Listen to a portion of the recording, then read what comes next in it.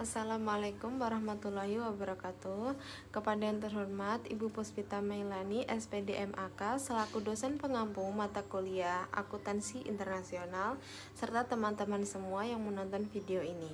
Perkenalkan, kami dari kelompok 7, kami akan mengajak teman-teman semua untuk berdiskusi mengenai perubahan harga dalam akuntansi internasional. Baik, sebelum diskusi ini kita mulai, izinkan kami untuk memperkenalkan anggota dari kelompok kami. Yang pertama, perkenalkan, nama saya Engga Deatania, saya sebagai moderator sekaligus pemateri. Perkenalkan, saya Muhammad Hanif Febriansyah. Perkenalkan, saya Nuriana. Adapun rumusan masalah yang akan kita bahas dalam video ini, yang pertama, apa yang dimaksud dengan perubahan harga, kemudian mengapa laporan keuangan di masa perubahan harga berpotensi menyesatkan, lalu apa saja jenis-jenis inflasi, kemudian apa yang dimaksud penyesuaian tingkat umum, lalu pendekatan terhadap akuntansi inflasi di beberapa negara, kemudian kita juga telah merangkum jurnal yang sesuai dengan materi yang akan kita bahas pada video ini. Yang pertama adalah pengertian dari perubahan harga. Perubahan harga merupakan sistem pencatatan akun yang mencatat semua item dalam laporan keuangan berdasarkan nilai terkini. Sistem akuntansi ini disebut akuntansi inflasi yang memungkinkan laporan keuangan memperhitungkan perubahan daya beli. Akuntansi inflasi sendiri merupakan metode menyesuaikan laporan keuangan dengan indeks harga umum atau harga khusus sehingga dapat mencerminkan perubahan daya beli mata uang. Penggunaan indeks harga. Angka indeks harga yang digunakan dalam translasi jumlah uang yang dibayarkan di periode sebelumnya ke dalam setara daya beli di akhir periodenya, atau yaitu daya beli tetap atau biaya historis. Rumus yang dipakai adalah JPLC per JPL-TD kali jumlah nominal TD sama dengan PPEC, di mana JPL merupakan indeks harga umum, kemudian C merupakan periode terkini, TD merupakan tanggal transaksi, kemudian PPM merupakan ekuivalen daya beli umum. Angka yang digunakan bukan merupakan biaya kini dari pos yang dipersoalkan, melainkan masih merupakan angka biaya historis. Angka biaya historis hanya sekedar disajikan ulang dalam unit ukuran baru, yaitu daya beli umum di akhir periode. Kemudian di sini ada contoh, anggap saja kita menghabiskan $500 di akhir tahun pokok dan $700 setahun kemudian. Untuk menyajikan ulang pengeluaran ini dalam setara daya belinya di tahun ketiga, dengan menggunakan angka indeks harga dari contoh di atas, kita akan melakukan perhitungan sebagai berikut. Dari tabel yang ada di atas, kita dapat melihat bahwa kita akan mengeluarkan sebesar $587,50 di akhir tahun ketiga secara garis besar untuk membeli barang seharga $500 di akhir tahun 1. Sama halnya kita memerlukan $747,73 di akhir tahun ketiga untuk membeli barang seharga $700 di tahun sebelumnya.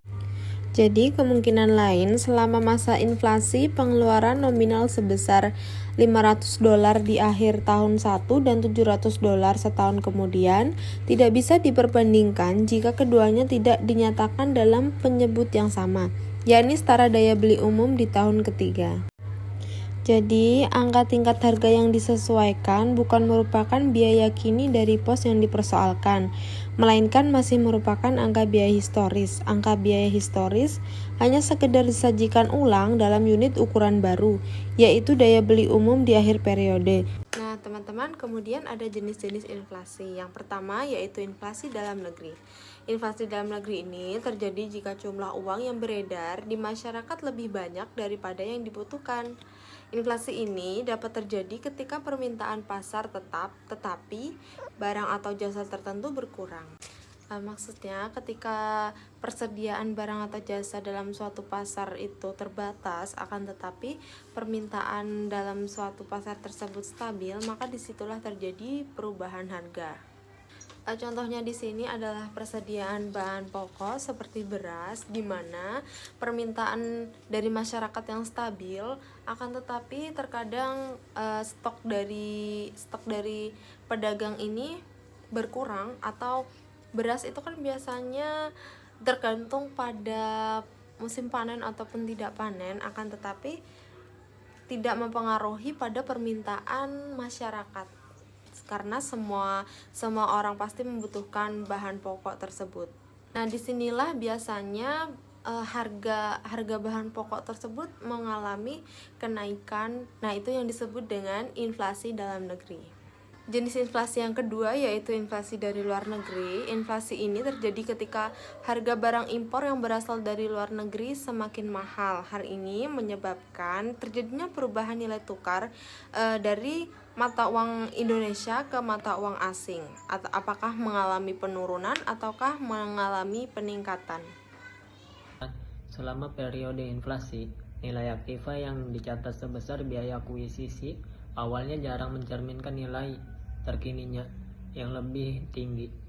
Nilai aset yang dikecilkan mengakibatkan dikecilkannya pengeluaran dan dibesarkannya laba, sebagaimana yaitu kenaikan dalam proporsi pajak, permintaan dividen lebih banyak dari pemegang saham, permintaan gaji dan upah yang lebih tinggi daripada kerja. Dan yang terakhir, tindakan yang merugikan dari negara tuan rumah seperti pengenaan pajak keuntungan yang sangat besar. Selanjutnya ada penyesuaian tingkat harga umum, yaitu jumlah mata uang yang disesuaikan dengan perubahan tingkat harga. Daya beli umum disebut mata uang tetap, biaya historis atau setara daya beli umum. Selanjutnya adalah pendekatan inflasi di beberapa negara. Beberapa negara bereksperimen dengan pendekatan akuntansi inflasi yang beragam. Praktik-praktik yang berlaku di lapangan juga mencerminkan berbagai pertimbangan pragmatis seperti tingkat keparahan inflasi nasional dan sudut pandang pihak-pihak yang merasakan pengaruh langsung dari angka-angka akuntansi inflasi. Pendekatan inflasi di beberapa negara. Yang pertama ada Amerika Serikat. Pada tahun 1979, FASB menertibkan Pernyataan Standar Akuntansi Keuangan SFAS nomor 33 tentang pelaporan keuangan dan perubahan harga. Yang kedua ada Inggris. Komite Standar Akuntansi Inggris atau ASC menerbitkan Pernyataan Praktik Akuntansi Standar nomor 16 SSAP nomor 16 Akuntansi diyakini berdasarkan eksperimen selama 3 tahun pada bulan Maret 1980. Dan yang terakhir ada Brazil.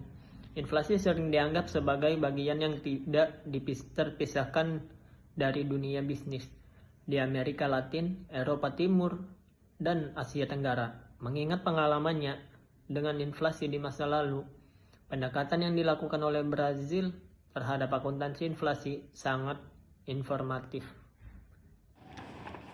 Baik, langsung saja saya mulai materi yang saya akan bahas, yaitu tujuan penelitian.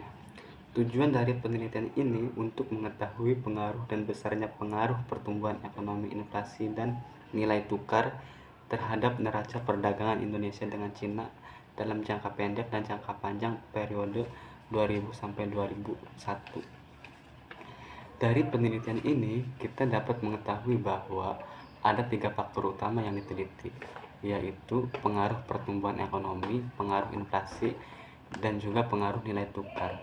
Di mana pengaruh pertumbuhan ekonomi dari kedua negara tersebut ialah fokus pada peningkatan produksi, konsumsi, investasi, serta perdagangan internasional yang dipengaruhi oleh pertumbuhan ekonomi. Jika ekonomi tumbuh, maka permintaan terhadap barang impor dan potensi ekspor akan meningkat. Contoh pengaruh dari kedua negara tersebut ialah contoh pengaruh pertumbuhannya. Jika ekonomi Cina meningkat, jika ekonomi Cina tumbuh cepat, maka permintaan Cina terhadap bahan baku dari Indonesia seperti batu bara, kelapa sawit, karet akan meningkat. Sebaliknya, pertumbuhan ekonomi Indonesia yang meningkat bisa menyebabkan lebih banyak barang impor dari Cina. Selanjutnya adalah pengaruh inflasi. Inflasi adalah kenaikan harga secara umum dan terus-menerus. dalam suatu perekonomian selama masa periode tertentu. Sebenarnya ada yang lebih jahat dari inflasi ya, yaitu deflasi. Deflasi adalah penurunan harga. Contoh sederhananya gini, bayangin jika Anda membeli mobil dan setiap minggu harganya ganti-ganti. Di dunia inflasi, harga mobil bakal lebih mahal di minggu depan daripada hari ini. Jadi mendingan belinya hari ini daripada nanti. Keburu harga mobilnya bakal naik.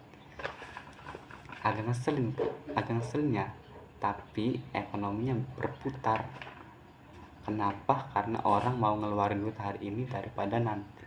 Sedangkan di dunia deflasi, harga mobil bakal lebih murah di minggu depan daripada hari ini. Enak kan? Tapi kalau semisal harga mobil bakal lebih murah di minggu depan, ngapain Anda beli mobilnya hari ini? Efeknya showroom lama-lama akan bangkrut, karyawan akan kehilangan pekerjaannya, dan ekonominya jadi nggak berputar. Bayangin ini terjadi di salah satu negara yang lama-lama ekonominya bakal mengecil dan tingkat pengangguran bakal meningkat. Inflasi yang tinggi akan meningkatkan biaya produksi dan harga barang ekspor sehingga bisa mengurangi daya saing barang di pasar global. Sebaliknya, inflasi yang rendah bisa membantu meningkatkan daya saing ekspor di suatu negara.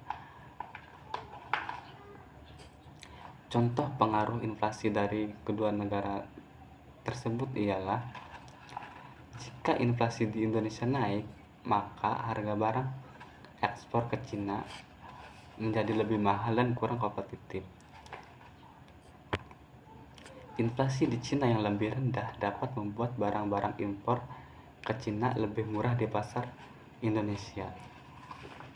Selanjutnya adalah pengaruh nilai tukar. Nilai tukar adalah mata uang suatu negara terhadap mata uang negara lain. Misalnya 1 dolar di Amerika jika dirupiahkan sekitar 13 ribuan.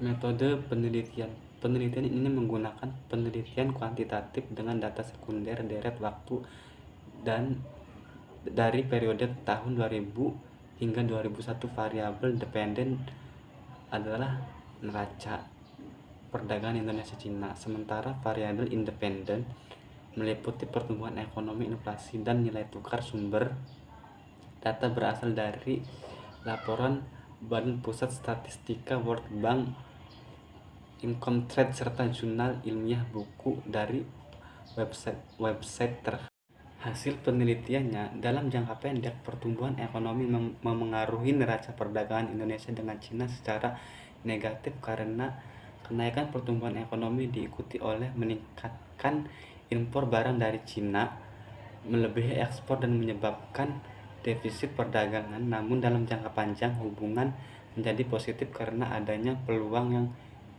terbuka untuk meningkatkan kualitas produk Indonesia dan bersaing dengan produk Cina di pasar Cina. Oleh karena itu, dalam jangka pendek pertumbuhan ekonomi memiliki dampak negatif terhadap neraca perdagangan Indonesia-Cina. Sementara dalam jangka panjang, pertumbuhan ekonomi meliputi pengaruh positif terhadap neraca perdagangan Indonesia dengan Cina. Kesimpulannya, berdasarkan pembahasan dalam penelitian ini, peneliti menyimpulkan beberapa hasil penelitian. Dari hasil estimasi model dapat disimpulkan bahwa variabel yang berpengaruh dalam jangka pendek adalah pertumbuhan ekonomi dengan probabilitas sebesar 0,0010 dengan tingkat alfa 5% dan nilai tukar dengan probabilitas 0,0752 dengan tingkat alfa 10%. Sementara variabel yang berpengaruh dalam jangka panjang hanya satu, yaitu variabel pertumbuhan ekonomi dengan probabilitas sebesar 0,0025 dengan tingkat alfa 5%. Variabel inflasi tidak berpengaruh baik dalam jangka pendek maupun jangka panjang terhadap neraca perdagangan Indonesia dengan Cina. Terima kasih.